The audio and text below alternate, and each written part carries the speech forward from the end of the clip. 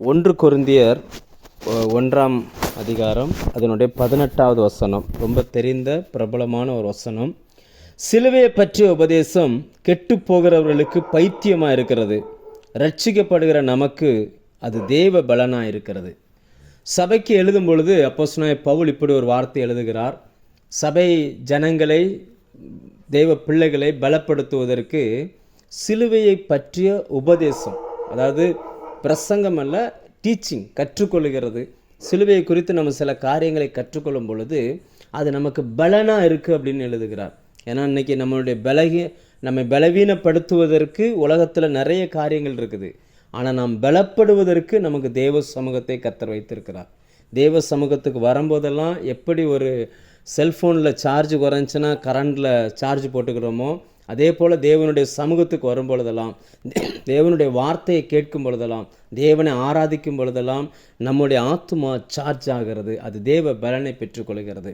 அப்படி சிலுவை குறித்த ஒரு காரியத்தை நான் உங்களோடு கூட பகிர்ந்து கொள்ள இருக்கிறேன்.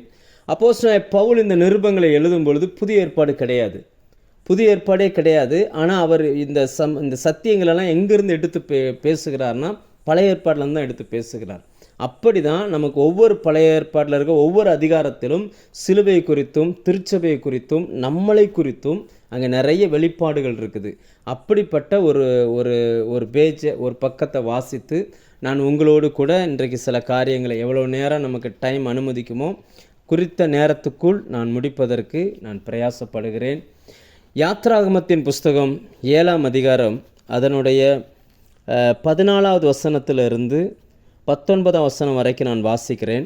யாத்ராகமம் 7ஆம் அதிகாரம். அப்பொழுது கர்த்தர் மோசேயை நோக்கி, பார்வோனின் இருதயம் கடினமாயிற்று, ஜனங்களை விடமாட்டேன் என்கிறான். காலமே நீ பார்வோனிடத்துக்கு போ, அவன் நதிக்கு புறப்பட்டு வருவான். நீ அவனுக்கு எதிராக நதியோரத்தில் நின்று சர்ப்பமாக மாறின கோலை உன் கையிலே பிடித்து கொண்டு அவனை நோக்கி, வனாந்தரத்தில் எனக்கு ஆராதனை செய்ய என் ஜனங்களை அனுப்பிவிட வேண்டும் என்று சொல்லும்படி எபிரேயருடைய தேவனாகிய கர்த்தர் என்னை உம்மிடத்துக்கு அனுப்பியும் இதுவரைக்கும் நீர் கேளாமல் போனீர். இதோ என் கையில் இருக்கிற கோலினால் நதியில் இருக்கிற தண்ணீர் மேல் அடிப்பேன். அப்பொழுது அது இரத்தமாய் மாறி நதியில் இருக்கிற மீன்கள் செத்து நதி நாறிப்போம். அப்பொழுது நதியில் இருக்கிற தண்ணீரை எகிப்தியர் குடிக்கக்கூடாமல் அரோசிப்பார்கள். இதனால் நானே கர்த்தர் என்பதை அறிந்து கொள்வாய் என்று கர்த்தர் சொல்லுகிறார் என்று சொல் என்றார். மேலும் கர்த்தர் மோசேயை நோக்கி, நீ ஆரோனிடத்தில் உன் கோலை எடுத்துக்கொண்டு எகிப்தின் நீர்நிலைகளாகிய அவர்கள் வாய்க்கால்கள் மேலும் நதிகள் மேலும் குளங்கள் மேலும் தண்ணீர் நிற்கிற எல்லா இடங்கள் மேலும் அவைகள் இரத்தமாகும்படி உன் கையை நீட்டு. அப்பொழுது எகிப்து தேசம் எங்கும் மரப்பாத்திரங்களிலும் கற்பாத்திரங்களிலும் இரத்தம் உண்டாயிருக்கும் என்று சொல் என்றார். கர்த்தர் போதும். நான் உங்களோடு கூட இந்த வேத பகுதியிலிருந்து சில காரியங்களை பேச விரும்புகிறேன். முக்கியமாக ஒரு 5 கேள்விகள் இதை படிக்கும் பொழுது, நான் நிறைய இடங்களில் சிலுவை குறித்து நிறைய டீச் பண்ணும் பொழுது, நிறைய கற்றுக் கொடுக்கும் பொழுது இந்த பகுதியை நிறைய சொல்லி கொடுத்துருக்குறேன், நிறைய இடங்களில் சொல்லியிருக்கிறேன். நம்ம லைனில் பேசியிருக்கனால எனக்கு கரெக்டாக ஞாபகம் இல்லை. அதனால் யூடியூப்பில் தேடி பார்த்தேன், யூடியூப்பில் இந்த மாதிரி மெசேஜ் எதுவும் போட்ட மாதிரி இல்லை. எனவே இந்த காரியங்களை உங்களோடு பேசும்படி ஆவியல் ஏவப்பட்டு இந்த காரியத்தை நான் உங்களோடு பேசுகிறேன். ஒரு 5 விதமான கேள்விகள். 1, பார்வோனிடம் காலமே போக சொன்ன காரணம் என்ன? அரண்மனைக்குள்ள தான் இதுக்கு முன்னாடி போயெல்லாம் பார்க்குறாங்க. ஆனால் இங்கே சொல்கிறாரு, நீ காலமே போ அப்படின்றாரு. காலமே எழும்பி நீ நதி ஓரத்துக்கு போ, அங்கே பார்வோன் வருவான், அவனை சந்தி அப்படின்றார். ஏன்னா பார்வோன் அந்த எகிப்தினுடைய ராஜாவை சந்திக்க அரண்மனையில் சந்தித்தா போதும், காலமே எழும்பி அங்கே போக வேண்டிய கேள்வி. அது 1. 2வது பார்த்தீங்க அப்படின்னாச்சுன்னா, கோலை எடுத்துக்கொண்டு போ என்று சொல்லாமல் சர்ப்பமாக மாறின கோலை கையில் பிடித்து கொண்டு போ அப்படின்னு சொல்லுகிறார். 3வது கேள்வி, தண்ணீரை அடிக்கும்போது அது இரத்தமாக ஏன் மாற வேண்டும்? 4வது கேள்வி, அப்படி இரத்தமாக மாறின பிறகு அந்த கோலை ஆரோனுடைய கையில் கொடுத்து, இப்போ ஆரோனை அடிக்க சொல்லலை, அந்த கோலை நீட்டினா மட்டும் போதும், நீ எங்கே நீட்டுறியோ அங்கே இரத்தத்தினுடைய இந்த ஆளுகை வந்துடும் அப்படின்றார். 5வது, அந்த கல் பாத்திரம் மரப்பாத்திரம், ஏன் இந்த 2 மட்டும் ஆண்டவர் எழுதுகிறார்? இதுக்கும் சிலுவைக்கும் சிலுவையிலிருந்து வருகிற வடிந்த அந்த இரத்தத்துக்கும் என்ன சம்பந்தம் என்பதை குறித்து மட்டும் நான் உங்களோடு சில காரியங்களை பேச விரும்புகிறேன். முதலாவது, பார்வோனிடம் காலமே ஆண்டவர் போக சொன்ன காரணம் என்ன? 15வது வசனம், காலமே நீ பார்வோனிடத்துக்கு போய் அவன் நதிக்கு புறப்பட்டு வருவான், நீ அவனுக்கு எதிராக நதியோரத்தில் நின்று அப்படின்றார். இதை நம்ம அவங்களுடைய அந்த பேக்ரவுண்ட் என்ன, எதுக்காக ஆண்டவர் இது சொல்கிறார் அப்படின்னாச்சுன்னா, தீர்க்கதரிசிகளின் புஸ்தகத்தில் இதுக்கான விடை ஆண்டவர் எழுதி வச்சிருக்கிறார். நீங்கள் எசேக்கியேல் 29ஆம் அதிகாரம் வாசிச்சிங்கன்னா அங்கே இதுக்கான விடை இருக்குது. அதாவது 3ஆம் வசனத்திலிருந்து அதனுடைய 5ஆம் வசனம் வரைக்கும் நீங்கள் யாராவது எழுதுறீங்கன்னா எழுதிக்கோங்க, நான் உங்களுக்கு அதை சொல்லிடுறேன். என்னென்னா, தினமும் காலையில் அந்த பார்வோன் என்ன செய்வான்னா, எகிப்து தேசத்தை சுற்றி அந்த நதி ஓடிக்கிட்டு இருக்குது. இவன் என்ன நினச்சிக்கிட்டு இருக்கான், இவன் என்ன சொல்கிறான் அப்படின்னா, என்னால் தான் அந்த நதி வருது, நான் தான் இந்த நதியை உற்பத்தி பண்ணேன். தன்னை ஒரு தேவனை போல காட்டுகிறான், கர்த்தரை போல காட்டுகிறான். அதிகாலமே எழும்பி ஜனங்கள் யாரும் எந்திரிப்பதற்கு முன்பதாக அந்த நதிக்குள்ளே போவான். அந்த நதியில் போய் இவன் படுத்து கொள்வான். அவனுக்கு பூஜைகள் பண்ணப்படும், அந்த நதிக்கும் அவனுக்கும் சேர்த்து பூஜைகள் பண்ணப்படும்.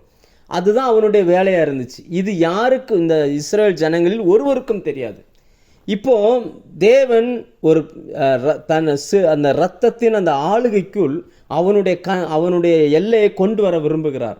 அதனால் ஆண்டவர் சொல்கிறார், நீ காலமே நதிக்கு போ, நதியில் போ அப்படின்னு சொல்லிட்டு தீர்க்க தரிசன புஸ்தகத்தில் என்ன போட்டிருக்கார் பாருங்கள். எசேக்கியேல் 29 அதிகாரம் 3ஆம் வசனம், கர்த்தராகிய ஆண்டவர் சொல்லுகிறார், எகிப்தின் ராஜாவாகிய பார்வோனே, நீ உன் நதிகளின் நடுவிலே படுத்து கொண்டு, என் நதி என்னுடையது, நான் அதை எனக்காக உண்டு பண்ணினேன் என்று சொல்லுகிற பெரிய முதலையே, இதோ நான் உனக்கு விரோதமாய் உன் வாயிலே துறடுகளை மாட்டி உன் நதிகளின் மச்சங்களை உன் செதில்களில் ஒட்டி கொள்ளும்படி செய்து உன்னை உன் நதிகளின் நடுவிலிருந்து தூக்கி விடுவேன்.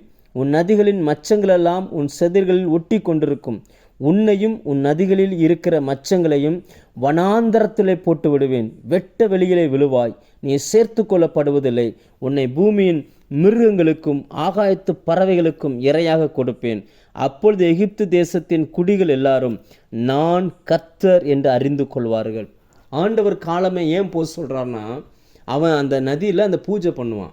பூஜை பண்ணிட்டான்னா அடுத்து அவன் நினச்சிக்கிட்டு இருக்கிறான், நம்மளை தான் வச்சு தான் எல்லாமே நடந்துக்கிட்டு இருக்குன்னு. என்னுடைய ஆளுகை அது, என்னுடைய தேசம் அது, என்னுடைய தண்ணீர் அது அப்படின்னு அவன் நினச்சிக்கிட்டு இருக்கான். இப்படி தான் பிசாசு நினைத்து கொண்டு இருந்தான். இயேசு கிறிஸ்துவிடம் அவன் அந்த சோதனை பண்ணும்போது கூட அவன் சொல்கிறான், வானத்திலும் பூமியிலும் சகல அதிகாரமே எனக்கு ஒப்பு கொடுக்கப்பட்டிருக்கிறது, என்னுடைய கண்ட்ரோலில் தான் இருக்குது, கடைசி வரைக்கும் இது என்னுடைய கண்ட்ரோலில் தான் இருக்கும் அப்படின்னு அவன் நம்பிக்கிட்டு இருந்தான். ஆனால் அந்த நம்பிக்கை உடைச்சது எது அப்படின்னா, இயேசு கிறிஸ்துவின் அந்த ரத்தம், அந்த ரத்தம் பூமியில் நமக்காய் ரத்தத்தை சிந்தினபடினால் அவனுடைய அதிகாரம் அங்கிருந்து மாறி போனது. இப்போ மோசே அங்கே போகிறார். போய் என்ன பண்ணுறாங்கன்னா, தேவன் சொன்னது போலவே தன்னுடைய கோலை எடுத்து அந்த நதியை அடிக்கிறார். அடித்த மாத்திரத்தில் நம்ம எசேக்கியேல வாசித்தது போல அவனை தூக்கி தரையிலே போட்டாராம். அப்படி தூக்கி போட்டார். அந்த நதி முழுக்க கம்ப்ளீட்டாக ரத்தமாக மாறிடுச்சு. அந்த நதி அந்த கோலை எடுத்து அடித்த உடனே அந்த கோல் பார்த்தீங்க அப்படின்னாச்சுன்னா, அந்த கோலை அடித்த உடனே ரத்தம் வந்துருச்சு. அந்த ரத்தம் இயேசு கிறிஸ்துவின் இரத்தத்திற்கு அடையாளமாய் காணப்படுகிறது. அந்த இரத்தத்தின் ஆளுகைக்குள் இப்பொழுது தேசமே வந்துருச்சு. அப்போ இயேசு சிலுவையில் சிந்தின அந்த ரத்தம், அந்த இரத்தத்தினால முழு உலகமும் இப்போ அவருடைய கண்ட்ரோலுக்குள்ளே இருக்குது. ஆண்டவர் சொன்னார்ல, வானமும் பூமியும் வானத்திலும் பூமியிலும் சகல அதிகாரமும் எனக்கு கொடுக்கப்பட்டிருக்கிறது அப்படின்னார். இன்றைக்கி அந்த அதிகாரமே மாறிடுச்சு. நம்ம நிறைய நேரங்களில் நம்ம நினைக்கிறோம், பிசாசு சில குடும்பங்களில் பண்ணுற சில பிரச்சனைகளை பார்த்த உடனே கர்த்தர் ஏன் நம்மளை இப்படியே வச்சிருக்கிறாரு, இவனை எதுவுமே செய்ய முடியாதா அப்படின்ற ஒரு ஆதங்கம் நமக்குள்ளே வருது.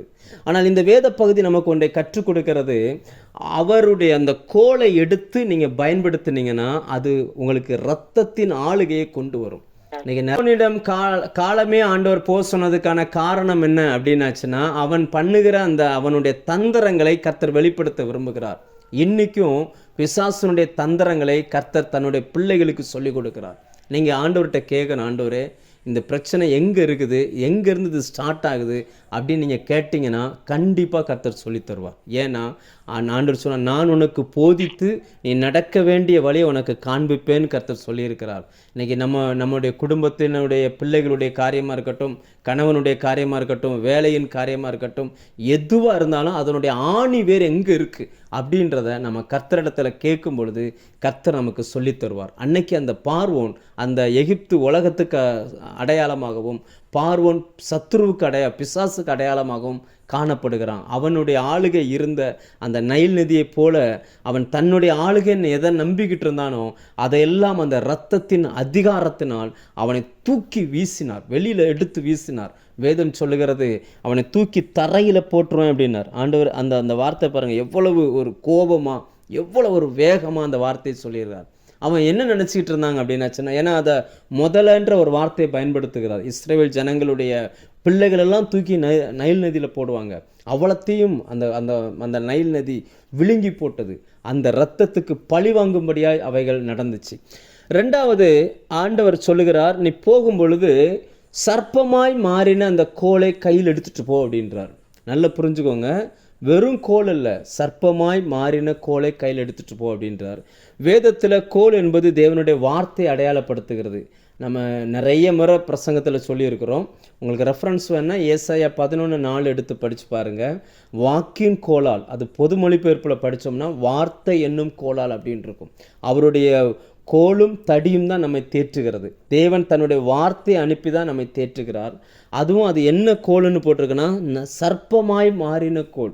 எங்கே சர்ப்பமாக அது மாறிச்சுன்னா, அதே 7ஆம் அதிகாரத்தில் படிச்சிங்கன்னா அதுக்கு முந்தின ஒரு 3 வசனங்களுக்கு முன்னாடி ஆண்டவர் அந்த அரண்மனையில் மோசையை கொண்டு அந்த கோலை தூக்கி போட சொல்வார். கோலை தூக்கி போட்ட மாத்திரத்தில் அது சர்ப்பமாய் மாறிடும்.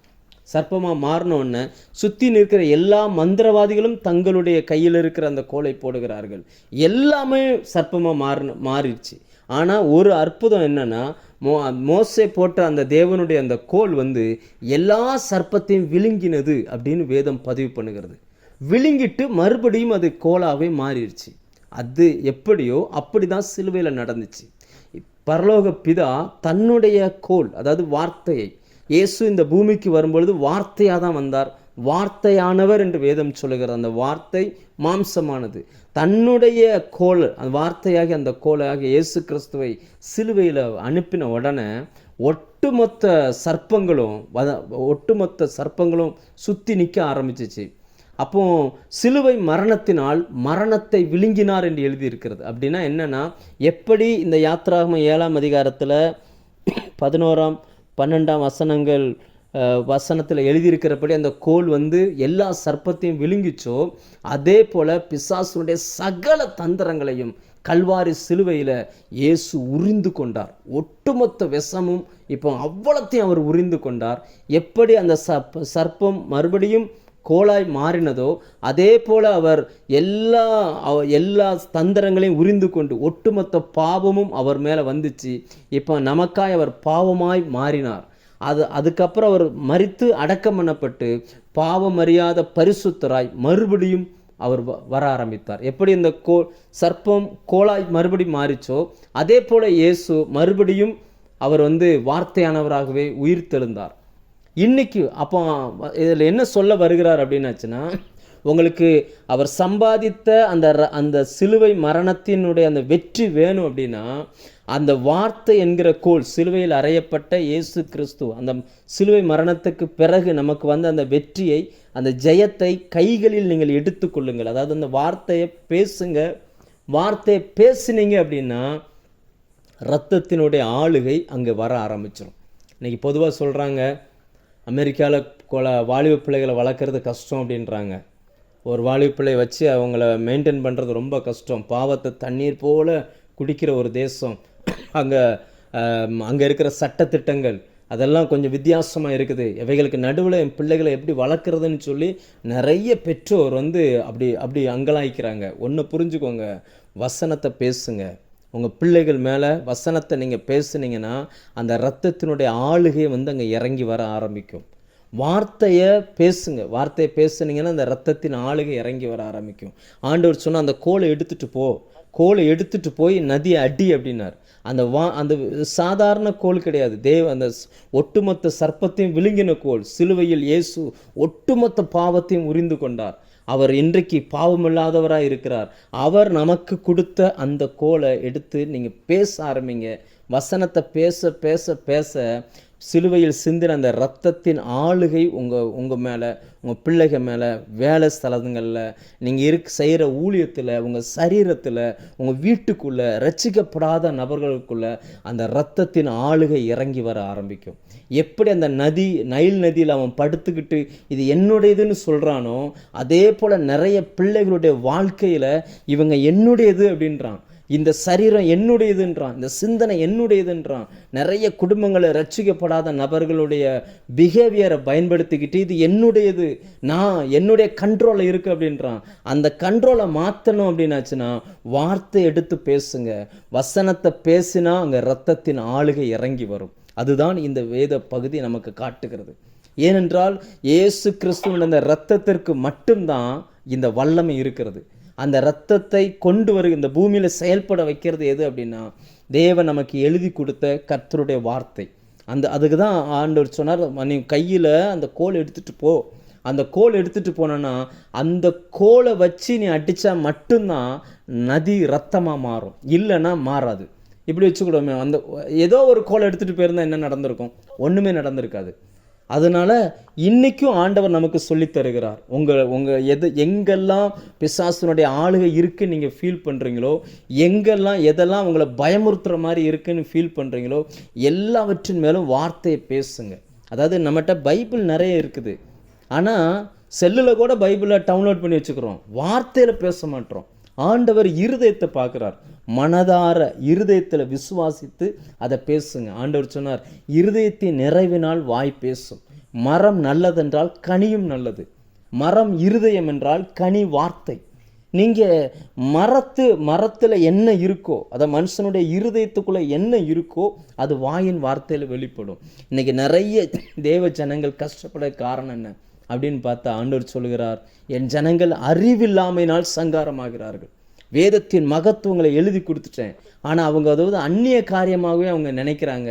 இன்னைக்கு பார்த்தீங்கன்னு சொல்லியாச்சுன்னா சிம்பிள், தேவன் நமக்கு சம்பாதித்து வைத்த இந்த வாழ்க்கையை வாழ்கிறது ரொம்ப ரொம்ப எளிது. நம்மளுடைய வாயை நம்ம சரியாக பயன்படுத்தினா போதும். பேசுங்க. ஆண்டவர் சொன்ன வாயை விரிவாய் தர. விசுவாசத்திற்கும் பேச்சுக்கும் ரொம்ப நெருங்கின தொடர்பு இருக்குது. விசுவாசித்தேன் ஆகையால் பேசினேன் அப்படின்றார். நம்ம தொடர்ச்சி அந்த விசுவாசத்தை பார்த்துட்டு வரோம். இன்றைக்கி அந்த இரத்தம் எப்படி வேலை செய்யும், அது எப்படி நமக்கு எதிராய் அவன் பிசாசு இருந்துக்கிட்டு இது என்னுடையதுன்னு சொல்லிக்கிட்டு இருக்கானா, அதெல்லாம் வெளியேற்றணும் அப்படின்னாச்சுன்னா அந்த வார்த்தை எடுத்து நீங்கள் பேசுங்க. பேசின மாத்திரத்தில் அவன் அது இரத்தத்தின் ஆளுகைக்குள்ளே வர ஆரம்பிக்கும். இரத்தத்தின் ஆளுகைக்குள்ளே வந்துருச்சுன்னா பிசாசால் உள்ளே இருக்கவே முடியாது. அப்படியே துள்ளி குதித்து ஓடிடுவான். இன்றைக்கும் பார்த்துங்க, நம்ம எங்கேயா போகிறோம், ஒரு ஆக்சிடெண்ட் ஏதாவது ஆயிடுச்சுன்னு வச்சுக்கோங்களேன், அந்த இடத்துல சிந்தப்பட்ட அந்த இரத்தத்தை பார்த்தாலே அந்த இடத்தினுடைய அட்மாஸ்பியரே மாறிடும். ஒரு மனுஷன் வேகமாக போவான், அந்த ரத்தத்தை பார்த்தானா அப்படியே நின்றுவான். சிலருக்கெல்லாம் ரத்தத்தை பார்த்தா தலை சுற்று வந்துடும். சிலர் ரத்தத்தை பார்க்கவே மாட்டாங்க. தன்னுடைய ரத்தத்தை பார்த்தாலே அவங்களால தாங்க முடியாது. சில நேரங்களில் பிள்ளைங்கள்லாம் பார்த்தீங்கன்னா ஏதாவது காய் வெட்டிக்கிட்டு இருப்பாங்க, இல்லைன்னா பென்சில் சீவிக்கிட்டு இருப்பாங்க. சின்னதாக லேசாக அப்படி கையில் வெட்டிடுச்சுன்னா போதும், அப்படியே பதறிடுவாங்க. அதாவது அந்த இரத்தத்திற்கு சூழ்நிலையை மாற்றுகிற தன்மை இருக்குது. வெறும் பாவம் உள்ள இரத்தத்துக்கே அப்படி இருக்குன்னா பரிசுத்தர் சிந்தின இரத்தம் அதுக்கு எவ்வளோ பவர் இருக்கும். அதை நீங்கள் வார்த்தையில் அதை வெளியில் கொண்டுட்டு வாங்க.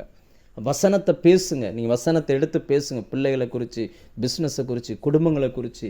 நிறைய நேரங்களில் நான் பார்த்துருக்குறேன், நிறைய தேவ பிள்ளைகள் வியாதியில் கஷ்டப்படும் போது அன்னைக்கெல்லாம் ஒருத்தங்களை நான் பார்த்துட்டு வந்துட்டு ரொம்ப மனசுடைஞ்சு போய் ஜெபம் பண்ணிக்கிட்டு இருந்தேன். ஆண்டவரே இவ்வளவு கஷ்டப்படுறாங்களேன்னு சொல்லி. அப்போ ஆண்டவர் சொன்னார், ஒரு பகுதியை காமிச்சார். யோவான் 9ஆம் அதிகாரத்தில் ஒரு பிறவி குருடனுக்கு உமிழ்நீரை உமிழ்ந்து சேர் உண்டாக்கி கண்ணில் பூசி போய் கழுவுன்னொன்னு அவன் கண்ணு திறந்துருச்சு.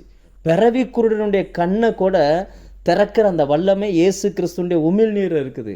ஆனால் என்னுடைய ரத்தம்னு சொல்லி திருவிருந்து எடுக்கிறான், ஆனால் அவன் விசுவாசிக்கவே இல்லை. அதனுடைய விளைவு அந்த சரீரத்தில் இன்னும் அந்த பலகீனம் இருக்குது அப்படின்னார். இன்றைக்கும் பாருங்கள், நம்ம அந்த ரத்தத்தை நம்ம சரியாக பயன்படுத்துகிறதே இல்லை. நிறைய குடும்பங்களுக்குள்ள பிரச்சனை இருக்குது, ஆனால் பிரச்சனைக்கான தீர்வும் கர்த்தர் எழுதி வச்சிருக்கிறார். நம்ம அநேக நேரங்களில் அதை மிஸ் பண்ணுகிறோம். மூணாவது, தண்ணீரை அடிக்கும்போது அது ரத்தமாக ஏன் மாறுகிறது? இது ரொம்ப முக்கியமானது. ஏன்னா ஆண்டவர் சொல்லும்போது என்ன சொல்கிறார் அப்படின்னாச்சுன்னா, நதியில் இருக்கிற மீன்கள் செத்து நதி நாரிப்போம், அப்பொழுது நதியில் இருக்கிற தண்ணீரை எகிப்தியர் குடிக்க கூடாமல் ஆலோசிப்பார்கள், இதனால் நானே கர்த்தர் என்பதை அறிந்து கொள்ளுவாய் அப்படின்னார். ஏன் அது ரத்தமாக மாறணும்? ஏன் ரத்தத்தின் ஆளுகைக்குள்ளே வரணும் அப்படின்னா, அவர்தான் கர்த்தர்னு அறிந்து கொள்ளணும். நம்ம ஒரு 2-3 வாரங்களுக்கு முன்னாடி பார்த்தோம், கர்த்தர்ன்ற அந்த பேருக்குள்ளே எவ்வளோ பவர் இருக்குது அப்படின்னு சொல்லி.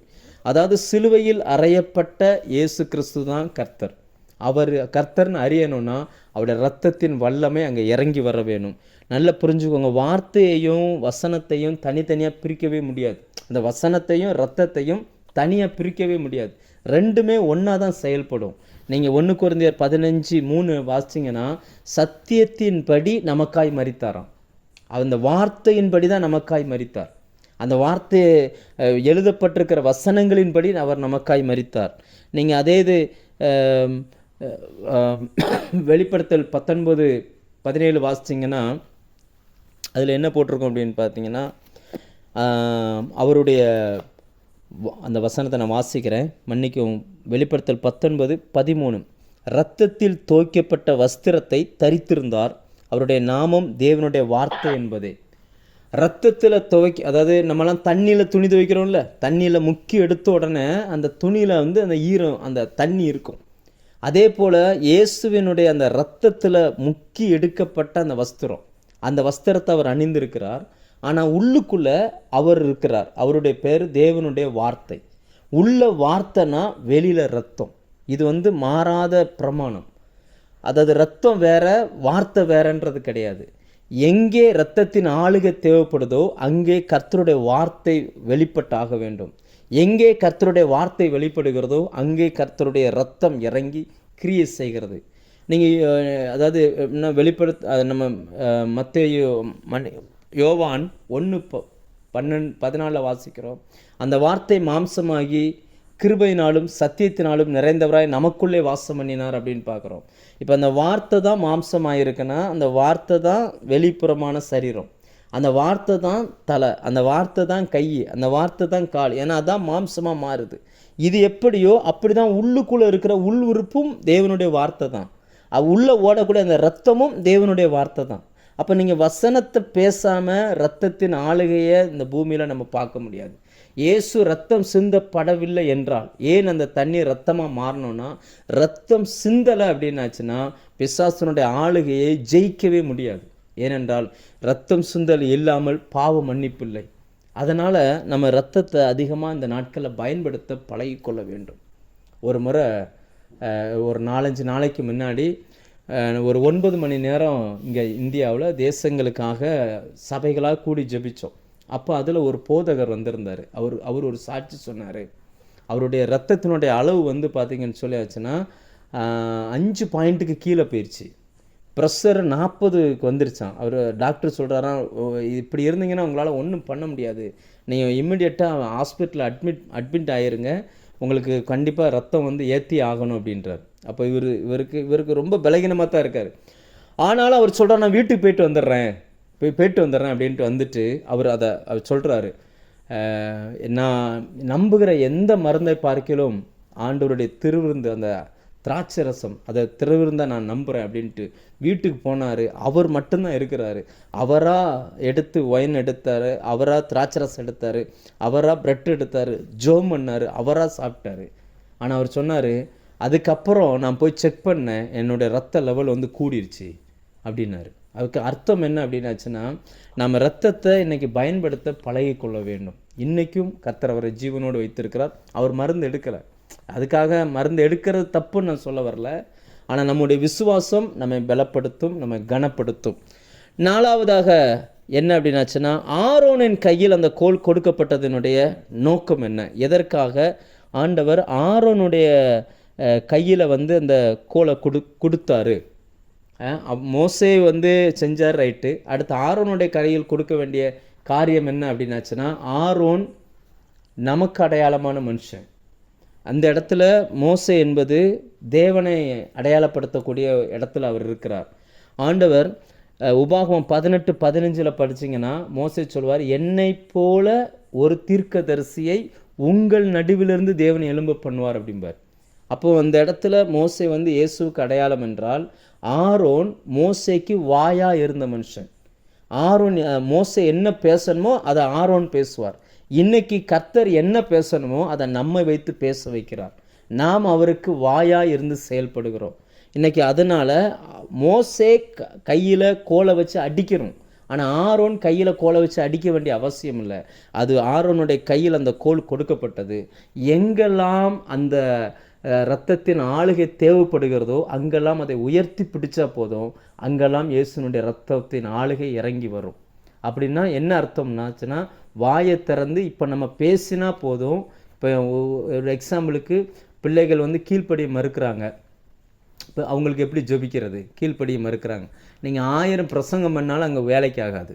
ஆனால் என்னென்னா வார்த்தையை பேசுங்க. அவங்க காலமே எலும்பி, அதான் காலமே எலும்பி வார்த்தையை பேசுங்க. என் பிள்ளைகள் கர்த்தரால் போதிக்கப்பட்டிருப்பாங்க, என் பிள்ளைகளுடைய சமாதானம் பெருசாக இருக்கும் அப்படின்னு சொல்லி வசனம் அந்த பிள்ளைகளை குறித்து என்னெல்லாம் எழுதியிருக்கோ அதை அங்கேருந்து எடுங்க. எடுத்து பேசுனீங்கன்னா அந்த இரத்தத்தின் ஆளுகை அந்த பிள்ளைகளை சுற்றி இறங்க ஆரம்பிக்கும். பரலோகத்தின் பாதுகாப்பு அவங்களுக்கு கிடைக்கும். அதை தாண்டி எதுவுமே நடக்காது. அதாவது பஸ்காவில் அந்த ஆட்டினுடைய இரத்தத்தை பூச சொல்லுவாங்க. எப்படி சொல்லுவாங்க அப்படின்னா, நீங்கள் யாத்ராகமம் 12ஆம் அதிகாரம் எடுத்தீங்கன்னா அதில் அந்த வார்த்தை ரொம்ப சூப்பராக போட்டிருப்பாங்க. அதில் ஒரு கிண்ணத்தில் அந்த இரத்தத்தை எடுக்கணும். அந்த இரத்தத்தை எடுத்து வாசலின் நிலைக்காலில் பூசணும். நிலைக்காலில் சென்டரில் அந்த ஈசோப்பு தண்டில் முக்கி 22, 23, 24 யாத்திராகம் 12, 22, 23, 24 இதில் எழுதியிருக்குது. அந்த கிண்ணியில் ரத்தம் இருக்கும். ஈசோப்பு தண்டு எடுத்து அதை அப்படியே முக்கி அந்த மேலே நிலை சட்டத்தில் முதல்ல தெளிக்கணுமா. நீங்கள் கொஞ்சம் அப்படியே கற்பனை பண்ணி பாருங்கள். உங்கள் வீட்டில் வாசல் இருக்கும், நிலைக்கால் இருக்கும். அதில் மேலே சென்டரில் அப்படி தெளிச்சாச்சுன்னா, சென்டரில் வச்சா அங்கேருந்து ரத்தம் வடியும். கண்டிப்பாக 4-5 ட்ராப்ஸ் வடிஞ்சு அதுக்கு நேராக இருக்க இடத்துல விழும். அதுக்கடுத்து என்ன செய்யணுமா, 2 சட்டத்துலேயும் பூசணுமா. அப்போ பார்த்தீங்கன்னா இந்த லெஃப்ட் சைடு ஒன்று, ரைட் சைடு ஒன்று, இப்படி பூசிடணும். இது எதை காட்டுகிறது அப்படின்னு பார்த்தீங்கன்னா, நீங்கள் யோசிச்சு பாருங்கள். மேலே ரத்தம், கீழே ரத்தம், இடது பக்கம் ரத்தம், வலது பக்கம் ரத்தம். இது எதை காட்டுகிறது அப்படின்னா, சிலுவையின் அடையாளத்தை காட்டுகிறது. ஆண்டவர் அப்போவே இந்த அடையாளத்தை தான் பூச சொன்னார். இப்படி பூசியாச்சு அப்படின்னாச்சுன்னா சங்காரக்காரன் வீட்டுக்குள்ளே வரமாட்டான். அந்த இரத்தத்தை சரியாக சிலுவையில் சிந்தப்பட்ட அந்த இரத்தத்தை தாண்டி சங்காரக்காரன் வீட்டுக்குள்ளே வர முடியாது. அந்த வீட்டுக்குள்ளே இருக்கப்பட்டவர்கள் பாதுகாக்கப்படுகிறார்கள். அதனுடைய அர்த்தம் என்னென்னா, இரத்தம் பூசப்பட்ட வீட்டுக்குள்ளே எந்த இதுவுமே வராது. உங்கள் பிள்ளைகளுக்காக, உங்கள் தொழிலுக்காக, உங்கள் சரீரத்துக்காக, ஊழியங்களுக்காக வசனத்தை பேசுங்க. இரத்தத்தின் ஆளுகை அங்கே இறங்கி வர ஆரம்பிக்கும். அதை தாண்டி எதுவுமே உள்ளே வராது. ஏனென்றால் தேவன் அதை நமக்கு பரலோக பாதுகாப்பாய் கொடுத்துருக்கிறார். இப்போ அது ஆரோனுடைய கரத்தில் இருக்குது. இப்போ ஆரோன் நினச்சா அதை பயன்படுத்த முடியும், நினச்சா பயன்படுத்தாமல் இருக்க முடியும். இயேசு சிலுவையில் அதை செய்து முடித்தார். செய்து முடித்துட்டு அந்த அதிகாரத்தை நம்முடைய கரத்தில் கொடுத்துட்டு போனார். நீங்கள் நினச்சா இன்னைக்கு எதை வேணாலும் செய்ய முடியும். ஆண்டவர் சொன்னார், விசுவாசிக்கிறவர்களால் நடக்கும் அடையாளங்கள் ஆவன அப்படின்னார்.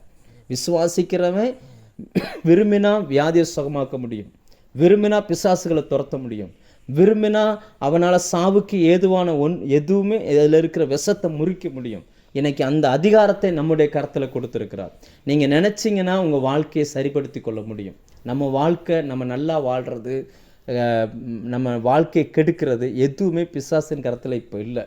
ஏன்னா ஒரு காலத்தில் இருந்துச்சு. அந்த இரத்தத்தின் ஆளுகை வந்த உடனே அங்கேருந்து அவன் வெளியில் போய்ட்டான். நான் டிஸ்கவரி சேனலில் ஒரு இது பார்த்தேன். என்ன அப்படின்னா, ஒரு பெரிய பூனை சின்ன எலியை வேட்டையாடுறதுக்கு தன்னுடைய குட்டிகளுக்கு சொல்லிக் கொடுக்குது.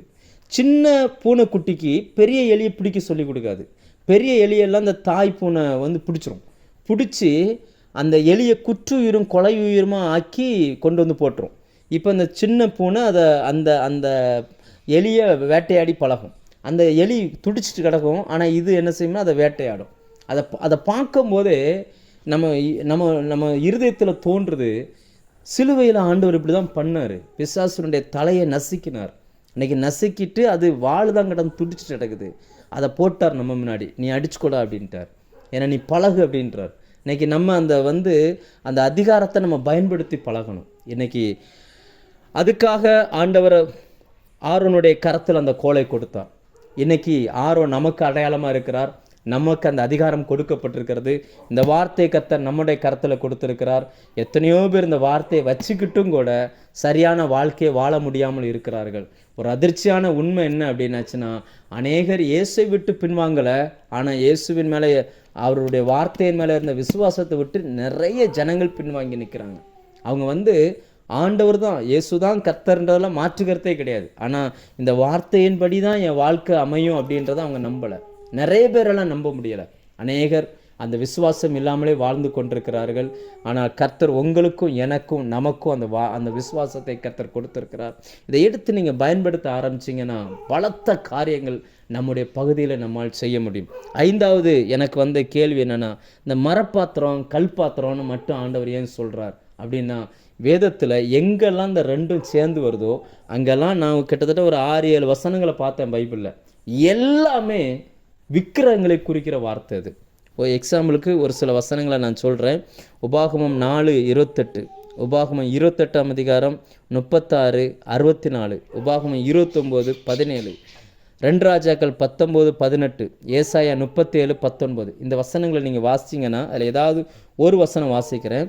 அதனுடைய அர்த்தம் என்ன சொல்லுகிறது? ஏசாயா 37, 19 அதை வாசிக்கிறேன். அதாவது அந்த ரப்சாக்கே எசேக்கியாவுக்கு விரோதமாக பேசும் பொழுது அந்த எசேக்கியா ராஜா பண்ணுகிற அந்த ஜெபம், அதுதான் அந்த வசனம் 19. அவர்களுடைய தேவர்கள் நெருப்பிலை போட்டு விட்டது மெய்தான், அவைகள் தேவர்கள் அல்லவே, மனுஷர் கைவேலையான மரமும் கல்லும் தானே அப்படின்றார். அப்படின்னா வேதத்தில் எங்கெல்லாம் மரம் கல்லுன்னு வருதோ அது எல்லாமே விக்கிரகத்தை குறிக்கிற ஒரு தன்மை, விக்கிரகத்தை அடையாளப்படுத்துது.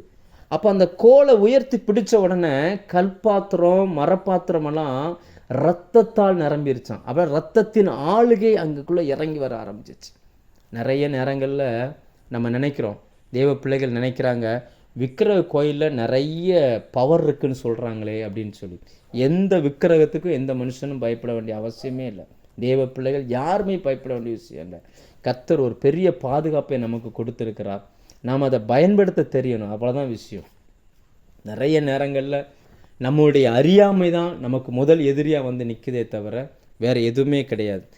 கடைசியாக இன்னொரு வசனத்தை நான் வாசித்து அதுக்கான அர்த்தத்தை மட்டும் நான் சொல்லி முடிக்க விரும்புகிறேன்.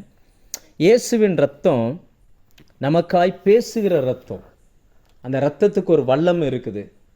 ஏன் ஆண்டவர் அந்த ரத்தத்தை பயன்படுத்த சொல்கிறார் அப்படின்னா, எபிரேயர் 12:24 நம்ம வாசிக்கிறோம், ஆபேலின் ரத்தம் பேசினதை பார்க்கிலும் நன்மையானவைகளை பேசுகிற இயேசுவினுடைய ரத்தம். ஆபேலுடைய ரத்தம் எங்கே பேசுச்சு? ஆதியாகமம் 4:10 நம்ம பார்க்குறோம். ஆபேலுடைய அந்த ரத்தம் பூமியில் இருந்து கர்த்தரை நோக்கி கூப்பிட்டதா வேதம் சொல்லுகிறது. ஏன்னா ரத்தத்தில் உயிர் இருக்குது. அந்த ரத்தத்துக்கு பேசும் தன்மை உண்டு. மனுஷனுடைய உடம்புலேருந்து ரத்தம் வெளியில் வந்துட்டாலே பொதுவாகவே சொல்லுவாங்க, ஒரு மனுஷனை அடித்தா கூட ரத்தம் வர்ற அளவுக்கு அடிக்கக்கூடாது. அந்த ரத்தம் சிந்தப்பட்டுருச்சு அப்படின்னாச்சுன்னா அந்த ரத்தம் நமக்காய் யார் சிந்தினாங்களோ அவங்களுக்காக அது பேச ஆரம்பிச்சிடும். இப்போ அங்கே ஆபேலுடைய ரத்தம் பேசுகிறது. ஆனால் அந்த வசனம் என்ன சொல்லுகிறதுனா, ஆபேலுடைய ரத்தம் பேசினதை பார்க்கிலும் நன்மையானவைகளை பேசின இயேசு கிறிஸ்துவனுடைய தெளிக்கப்பட்ட ரத்தம் அப்படின்றார். தமிழில் படிக்கிறதுக்கு எப்படி இருக்குன்னா, அந்த வசனம் எப்படி இருக்குது அப்படின்னாச்சுன்னா, ஆபேலுடைய ரத்தம் அது பூமியிலிருந்து பேசுது. ஆனால் ஒருமையில் எழுதப்பட்டிருக்குது. சில மூல மொழிபெயர்ப்புகள், ஹீப்ரூட மூல மொழிபெயர்ப்புகளும் சில ஆங்கில மொழிபெயர்ப்புகளில் எப்படி எழுதியிருக்குன்னா அதை பன்மையில் எழுதியிருக்கிறாங்க. நீங்கள் சில மொழிபெயர்ப்புகள் நீங்கள் எந்த இது யூஸ் பண்ணுறீங்கன்னு சரியில்ல, எஸ்எல்டி அப்படிம்பாங்க, அதாவது ஸ்மித் அவர் மொழிபெயர்த்தது. அதிலெல்லாம் பார்த்தீங்க அப்படின்னாச்சுன்னா கரெக்டாக இருக்கும். அதாவது ஹீப்ரூவில் என்ன இருக்கோ அதை அப்படியே மொழிபெயர்த்திருப்பாங்க. இலக்கணம் அதை பற்றியெல்லாம் அவங்க கவலைப்படவே மாட்டாங்க. அதில் எப்படி இருக்குது அப்படின்னாச்சுன்னா, அந்த வசனம் இருக்கிறத நான் தமிழில் வாசிக்கிறேன். என்ன செய்தாய்? உன் சகோதரனுடைய இரத்தத்தின் சத்தம் பூமியிலிருந்து என்னை நோக்கி கூப்பிடுகிறது. இது தமிழில் இருக்குது. ஆனால் அதில் எப்படி இருக்குன்னா இரத்தங்களின் சத்தம் அப்படின்னு இருக்கும். பன்மையில் எழுதியிருப்பாங்க. அதுக்கு அர்த்தம் என்ன அப்படின்னாச்சுன்னா, ஒரு இடத்துல காயம் பட்டு ரத்தம் வருதுன்னு வச்சுக்கணும். இப்போ ஒரு தடி எடுத்து தலையில் அடிச்சிட்டாரு, அப்போ ஒரு அடி விழுது, அதுலேருந்து வந்த அந்த ரத்தம் பூமியில் விழுந்த மாத்திரத்தில் கூப்பிடுது. அடுத்து இன்னொரு அடி அடிக்கிறாரு, அங்கிருந்து ரத்தம் வருது, அது விழுந்த உடனே அதுவும் கூப்பிட ஆரம்பிக்குது. இப்படி எத்தனை காயம் ஆபேலுக்கு வந்துச்சுன்னு தெரியலை. அது சகோதரனுக்காக அவர் மரித்தார். எத்தனை காயப்பட்டார்னு நமக்கு தெரியலை.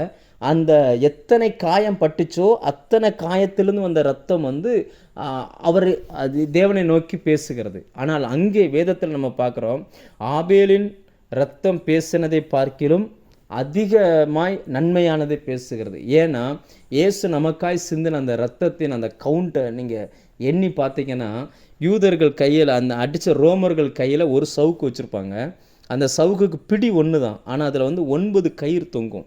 அந்த கயிறு முனையில் அந்த பாறையை உடைச்சா வரும்ல, அந்த சிப்பிக்கல் மாதிரி அந்த அந்த அந்த இதை தான் கட்டி வச்சுருப்பாங்க. ஏன்னா இரும்போ குண்டு இந்த மற்றது எல்லாமே கிபி 200க்கு பிறகு தான் பயன்படுத்தினாங்க, அதுக்கு முன்னாடி பயன்படுத்தலை. ஏன்னா வேத வசனத்தின்படி தான் இயேசு மரித்தார். வேத பிரமாணத்தின்படி ஒரு மனுஷன் தப்பு பண்ணிட்டானா அவனை கல்லெறிஞ்சு தான் கொல்லணும்.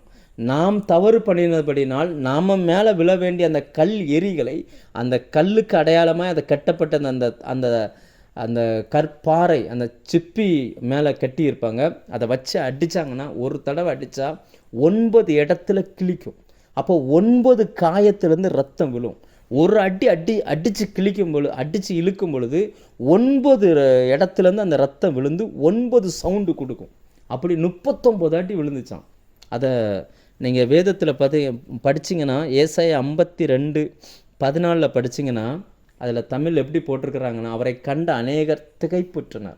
நான் பொது மொழிபெயர்ப்பில் அதை எழுதி வச்சுருக்கிறேன். நம்ம நார்மலாக வாசிக்கிறத விட அதில் ரொம்ப சூப்பராக போட்டிருக்கிறாங்க. அவரை கண்ட பலர் திகைப்புற்றனர், அவரது தோற்றம் பெரிதும் உருக்குலைந்ததால் மனித சாயலே அவருக்கு இல்லாதிருந்தது, மானிடரின் உருவமே அவருக்கு இல்லை அப்படின்றார். அதை அந்த மொழிபெயர்ப்பில் படிக்கும்போது அதை பார்க்க இது மனுஷனானே தெரியல அப்படின்றாங்க. அப்படி ஒரு தடவை அடித்து இழுத்தா 9, அப்படி 39 தடவை அடிச்சிருக்கிறாங்க. ஏன்னா 40 என்பது மேசியாவை குறிக்கிறதுனால 40 அடி அடிக்க மாட்டாங்க, கரெக்டாக 39 அடியோடு அவங்க நிப்பாட்டிக்கிடுவாங்க. அப்படி நீங்கள் பார்த்தீங்க அப்படின்னாச்சுன்னா 39 பெருக்கல் 9 351 முறை அவருடைய காயம், அந்த அது சவுக்கு நாள் உண்டு பண்ண காயம். 2 கைகள், ஒரு கால், மறுபடி விழா, மொத்தம் 4, மொத்தம் 355 காயங்கள். அங்கிருந்து அந்த ரத்தம் பூமியில் சிந்துகிறது. அந்த ரத்தம் அப்படியே பேச ஆரம்பிக்குது. யூதர்களுடைய நாள்காட்டியில் அவங்களுடைய கடிகாரம் அவங்களுடைய நாள் எவ்வளவுன்னா, நமக்கு 365 நாள் பார்க்குறோம் இல்லையா? வேத பிரமாணத்தின்படி ஆண்டவர் அவர்களுக்கு கொடுத்த நாட்கள் வெறும் 355 தான். அதுதான் ஒரு வருஷம். நீங்கள் வேணால் கூகுளில் சர்ச் பண்ணி பாருங்கள், ஹீப்ரு நாட்காட்டின்னு போட்டு காலண்டர்னு போட்டு பாருங்கள், கரெக்டாக 354 காட்டும். ஆனால் சில வருடங்களுக்கு பிறகு லீப் வருடம்னு ஒன்று வரும், அதில் ஒரு நாள் கூடும். அதனால் கரெக்டாக 355 காயம், அதிலிருந்து வடிஞ்ச அந்த ரத்தம் அது நமக்கு எதை காட்டுகிறது என்றால், ஒவ்வொன்றும் ஒவ்வொரு நாளைக்காய் பேசி கொண்டிருக்கிறது. ஒவ்வொரு நாளும் இயேசுனுடைய ரத்தம் நமக்காய் பேசி கொண்டிருக்கிறது. அது நம்ம மேலேருந்து பேசிக்கிட்டு இருக்குது. நம்மளை சுற்றி இருக்கிற பிரச்சனையை மாற்றணும்னா நீங்கள் வசனத்தை எடுத்து பேசுனீங்கன்னா அந்த ரத்தம் அங்கேயும் ஆளுகை செய்யும், அங்கிருந்தும் அது பேச ஆரம்பிக்கும். இன்றைக்கி நிறைய நேரங்களில் நாம் எங்கே தவறு பண்ணுகிறோம் என்றால், அந்த எடுத்து பேசுகிற விஷயத்தில் நம்ம தவறு பண்ணுகிறோம். நீங்கள் யோசிச்சு பாருங்கள், சிலுவையை பற்றிய உபதேசம் கெட்டு போகிறவங்களுக்கு அது பைத்தியம். என்னப்பா நீ எப்போ பார்த்தாலும் ஒரு பைத்தியக்காரனை கவனித்து பாருங்கள், அவன் அதாவது கெட்டு போக இருக்கிறவனுக்கு சிலுவையை பற்றி பேசினாலே அவனுக்கு அது பைத்தியமாகவே தெரியும். ஏன்னா ஒரு பைத்தியக்காரனை பார்த்தீங்கன்னா அவன் சொன்னதே சொல்லிக்கிட்டு இருப்பான். நாம் சொன்னதே தான் சொல்லிக்கிட்டு இருக்கிறோம். இயேசு மரித்தார், அவருடைய ரத்தம் நமக்காய் சிந்தப்பட்டது, அவருடைய ரத்தத்தில் தான் அது எல்லாமே இருக்குது நம்ம சொல்லிக்கிட்டு இருக்கோம். ஏன்னா ரட்சிக்கப்படுகிறவனுக்கு அதுதான் தேவ பலன். நீங்கள் யோசிச்சு பாருங்கள், இயேசுனுடைய அந்த ரத்தம் ஒவ்வொரு நாளும் நமக்காக விடாமல் பேசிக்கிட்டே இருக்குது, நன்மையை பேசுதான். அந்த வசனம் அதை அவர் எழுதியிருக்கிறார் பாருங்க. எபிரேயர் 12:24 ஆபேலுடைய ரத்தம் பேசினதை பார்க்கிறோம், நன்மையானவைகளை பேசுகிற இயேசு கிறிஸ்துவனுடைய தெளிக்கப்பட்ட அந்த இரத்தத்தினிடத்துக்கு நம்ம வந்திருக்கிறோம். ஆண்டவர் பழைய ஏற்பாட்டில் ஃபுல் அண்ட் ஃபுல் சிலுவையை மையமாக வச்சே தான் அவங்களுக்கு சொல்லி கொடுத்துக்கிட்டே இருந்தார். எப்படி சிலுவை எல்லா இடத்துலையும் சிலுவை அடையாளப்படுத்துகிறார், இரத்தத்தை அடையாளப்படுத்துகிறார், தேவ பிள்ளைகள் அதில் எப்படி வாழணும்னு அடையாளப்படுத்துகிறார். இன்றைக்கி பாருங்கள், ஆரோனுடைய கரத்தில் அந்த கோலை கொடுத்துட்டு இனி இப்போ ஆரோன் தான் கோலை உயர்த்தியாச்சுன்னா எங்கெல்லாம் அந்த இரத்தத்தின் ஆளுகை வரணும்னு விரும்புகிறாரோ அங்கெல்லாம் அந்த இரத்தத்தின் ஆளுகை வந்துடும். இந்த நாளில் நம்ம வாழ்க்கையை கொஞ்சம் நினச்சி பாருங்கள். எங்கெல்லாம் சத்துரு தன்னுடைய ஆதிக்கத்தை செலுத்த நினைக்கிறானோ அங்கெல்லாம் உங்களால் அந்த இரத்தத்தின் ஆளுகையை கொண்டு வர முடியும். நீங்கள் வார்த்தை பேசிட்டிங்கன்னா தேவனுடைய இரத்தத்தின் ஆளுகை இறங்கி வரும். உங்கள் வீட்டில் ஏதாவது பிரச்சனை இருக்குது அப்படின்னாச்சுன்னா உங்கள் குடும்பத்தை குறித்து கர்த்தர் என்ன சொல்கிறார், சூழ்நிலையை பார்க்காதீங்க, வார்த்தை என்ன சொல்லுது அதை பேசுங்க. நானும் என் பிள்ளைகளும் அற்புதங்களாய் அடையாளங்களாக இருப்போன்னு சொல்லுங்கள்.